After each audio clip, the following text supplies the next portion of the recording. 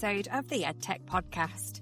In today's news, we're looking to Saudi Arabia, because right now it's one of the most ambitious and fast-moving countries in the world when it comes to digital transformation and skills. Under Vision 2030, Saudi Arabia is shifting from an oil-driven economy to a knowledge-based digital economy. And it's doing this at an extraordinary speed. We're seeing a huge investment in cloud infrastructure, data centers, and AI. But something just as important, the investment in people. You might be familiar with LEAP, the massive global tech showcase in Riyadh, but today we want to spotlight something much more quieter, much more human-centered partner, Learn. If LEAP is the event that shows us technology, then Learn is the event that focuses in on the people who are supposed to power that technology. Learn is held at the Mohammed bin Salman non-profit city in Riyadh and is organised in the partnership with the Ministry of Communications and Information Technology. So it sits right at the heart of Saudi Arabia's national skills agenda. And Learn's grounded in one big idea. Technology doesn't transform anything unless people are prepared, trained and supported to use it. The 2025 conference builds around these three big themes: vision and strategy, innovation and technology, and crucially, skills and workforce. Something the EdTech Podcast can absolutely get behind. Recent announcements from MCIT and the Saudi press agency show that the kingdom is trying to build what they call a skills economy. There are three major goals behind this: shifting from degree-centric models to a skills-first model, where citizens continually reskill and upskill throughout life. Then building talent sovereignty. This means reducing resilience on imported technical expertise and ensuring their Saudi nationals can lead in AI, data, cybersecurity, and emerging tech, powering gigantic projects like NEOM. And thirdly, the future-proofing of the workforce. The country knows that automation and AI will shape traditional roles very quickly. And without reskilling at scale, they risk unemployment or skills gap that slow their economy. Learn is one of the mechanisms designed to prevent that. So no, it's easy to talk about strategy, but Learn is also where Saudi announces the practical programs that make this happen. Recent events have spotlighted major initiatives like AI agent technologies, training thousands of Saudis not just to use AI, but build autonomous AI systems. Quantum computing workforce programs, which prepare talent for the next era of computing and advanced infrastructure. And then we have huge training partnerships. Microsoft alone is working with the kingdom to train over 100,000 people in digital and AI skills aligned with global standards. And still on the AI front, SDAIA, Saudi's Data and AI Authority, is running intensive AI boot camps. And the Public Investment Fund recently launched a national AI company called Humane. Its mission? To build the first Arabic large language model and next generation of AI capabilities in the country. And at the startup end of the ecosystem is exploding. The Garage in Riyadh is now the biggest startup district in the Middle East, housing over 300 early stage companies. It's part of Workspace, part lab, part accelerator, and a sign of how seriously Saudi is taking national innovation economy. So why am I highlighting all of this on the EdTech Podcast? Well, the pace of Saudi is moving from policy to implementation extremely fast. If you work in education skills, edtech or workforce development, Saudi is one of the most important case studies in the world right now. The scale, they're not talking about a few thousand people, they're talking about hundreds of thousands, even millions over the next few years. That shift demands for digital learning, content, credentialing, assessment, STEAM programs, and AI literacy. Learn is showing us that governments are no longer just asking, how do we buy more technology? They're now asking, how do we build the human capability to keep up with it? And the question every education system, every school, every university, and every company should be thinking about. If you want a deeper dive, I've put some links to MCIT, the Learn platform, SDAIA, and the Saudi press agency in the show notes. It's a fascinating moment for the region and one that's going to influence global education, skills, and development for years to come.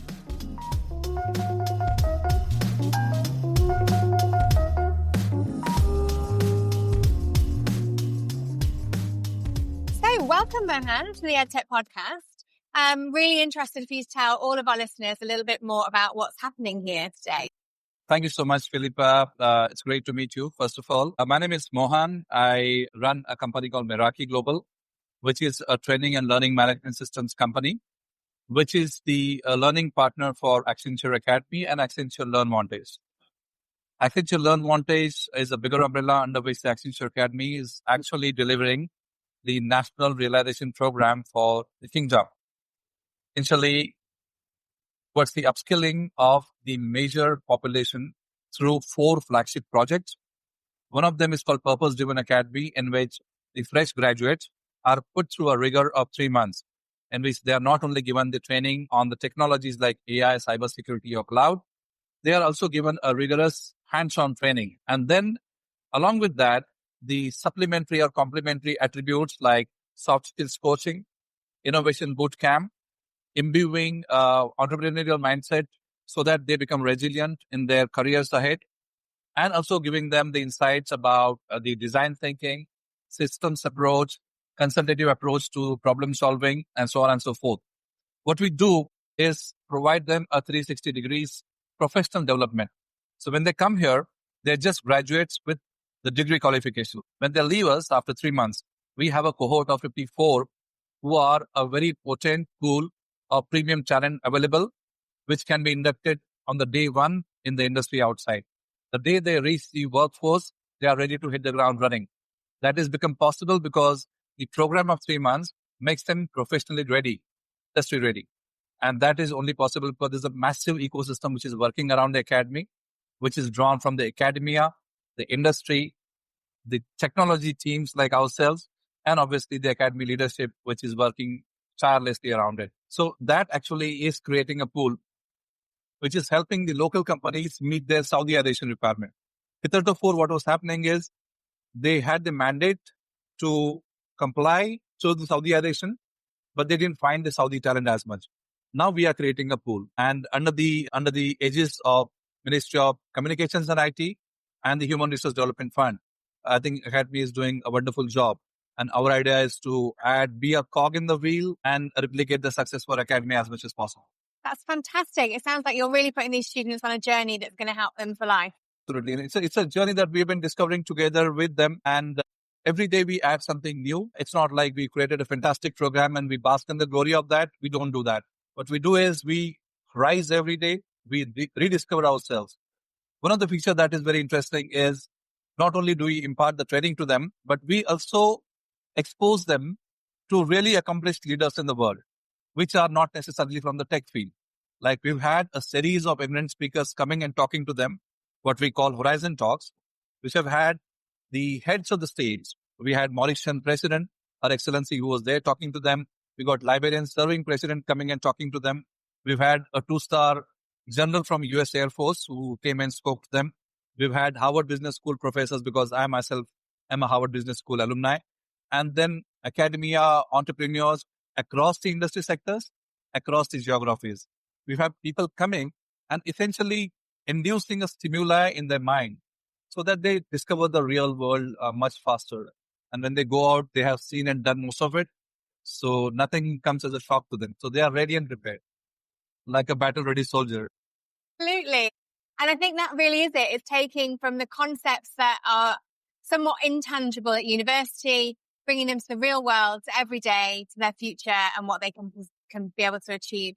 Absolutely. Absolutely fantastic. Thank you so much for your help and support to kind of understand what they are all doing, because it is phenomenal what I'm seeing here. And there are some great young minds that are going to have some bright futures. Thank you very much. Thank you so much, Philippa.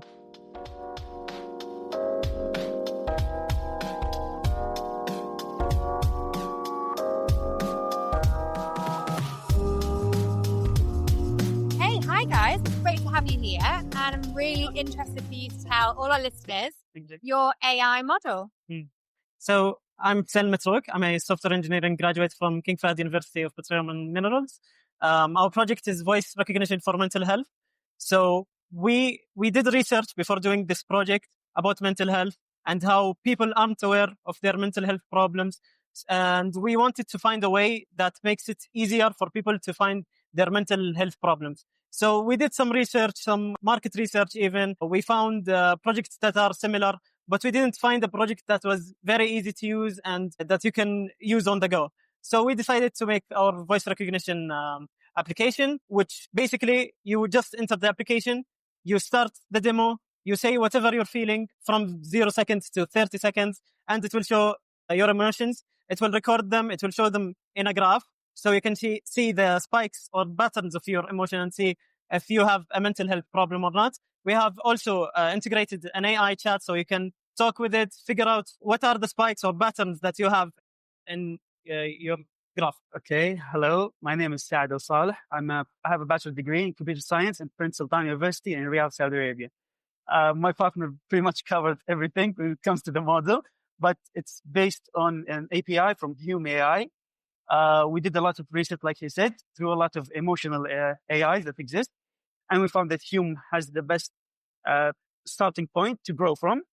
And we applied it through an idea of how can we use it in consulting firms and who will benefit from it the most, which comes to the idea that mental health mainly falls under the psychology and psychiatrist help. So hospitals, clinics, that sort of thing, but also consulting. It can help in meetings, employees, how they're feeling. And something important that my partner didn't touch on is privacy. Some people feel like nothing will be, they will not have any problem talking to an AI and everything is private. So nothing will be leaked if they say something very sensitive. And that helps them in many, many ways. Maybe they're feeling sad. Let's say an employee felt very sad. It could lead to maybe a day off if the AI suggests it, that sort of thing. It can also help in meetings if you understand the client, what they're feeling, that sort of thing. And also through the idea of mental health, when we talked about hospitals, a psychiatrist will not be available 24/7, an AI will. So it doesn't replace psychiatrists or any sort of doctors that specialize in that form, but it can help them, just assist them in any form way. I still think human expertise and a human element is obviously crucial in this area. AI can't replace it, but it can help.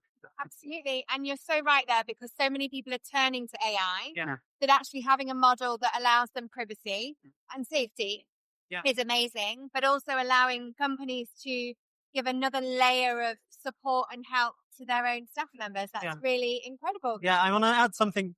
When we were doing the research, we found that 50% of people worldwide don't know about their mental health problems, and they go undiagnosed for their whole life.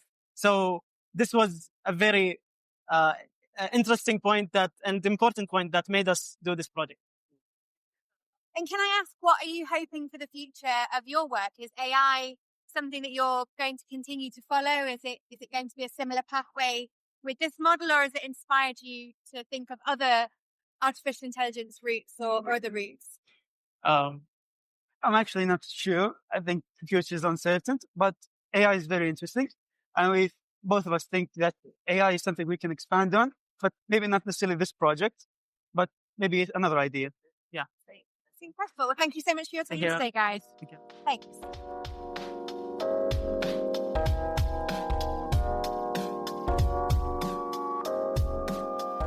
Hi guys, thank you so much for being here. We are at Learn live with you. Would you be able to just introduce yourselves and tell us a little bit about what you're doing? Yeah, sure. Well, this is Faye. I'm a trainer at Accenture Academy, and we are here at MISC to introduce ourselves and present our project. My name is Mohammed Lammar.